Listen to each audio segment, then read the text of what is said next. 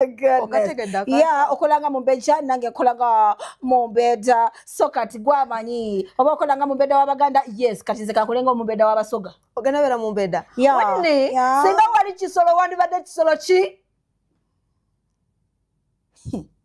impologoma omanyi exercise gyogenda ko nga weewadde empologoma I am telling you nalibadde empologoma tekola nnyo exercise osegedde kati njagala ofuuke empologoma njagala ofuuke empologoma obogolera omusajja nokasoke mukolezemu katini awo tumuwalane sekyo listen to me omanyi gye mbeera eyo mbeera nkolera ggwe chokaze kayo mutwe bamuyisanyo namusevinze nno namusajja kye nakoze nagambye nedda no I can't leave it alone let's do this but tunamalako naro munkwano kumacha muzeemu nfubye kulaba timuddamu aleme nnyiiga nga tumukwatirawo mpolampola mukole twalabula faani tumugamba abayimbi badduke faani n'alemezaamu kati faani we kyatuuse naye lindako oyogera n'abantu bemikodo nako kubanga oba onoonya baleero nga mufunye obadde kati sikazanya nedda kazanye baby sorry njasa manyo omanyi mugira munnange Good evening. I told you about that. I told you I'm going to stay with a guy and move on slowly. But when I'm with him, naye nagenda kunatisanganga this guy has been meeting with a girl mutwala autu ngabogera ate nga yandagate bogera so I really felt lied to, I really felt abused, I really felt betrayed. So on Thursday night nemugamba manyi you stay with a girl, I quit this.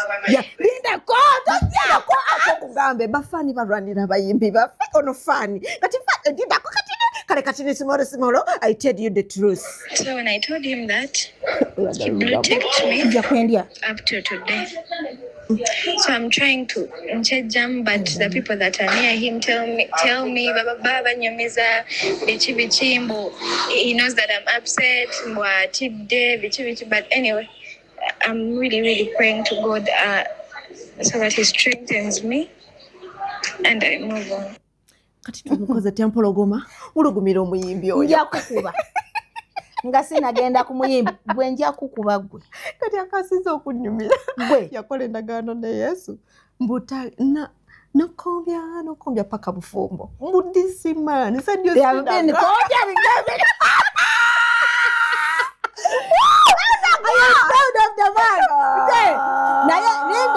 waliwo kooti wetuka nga tetudde G256 kooti tuula mulamuziramula tugende basi ekisooka tokubye emmeeza njagala kuba meeza kuba but before I bang the table I want to talk to the lady first nga sinakuba table si lady bambi kakyali kato kati gwakyali akato omwoyo mukama wamusuubiza ki omanyi kati ne mwoyo mutukuvu mumunyiiza that's why abaleka ne mugwa mu mbiza abasajja wateesa ne mwoyo mutukuvu nti no touching without marrying nothing.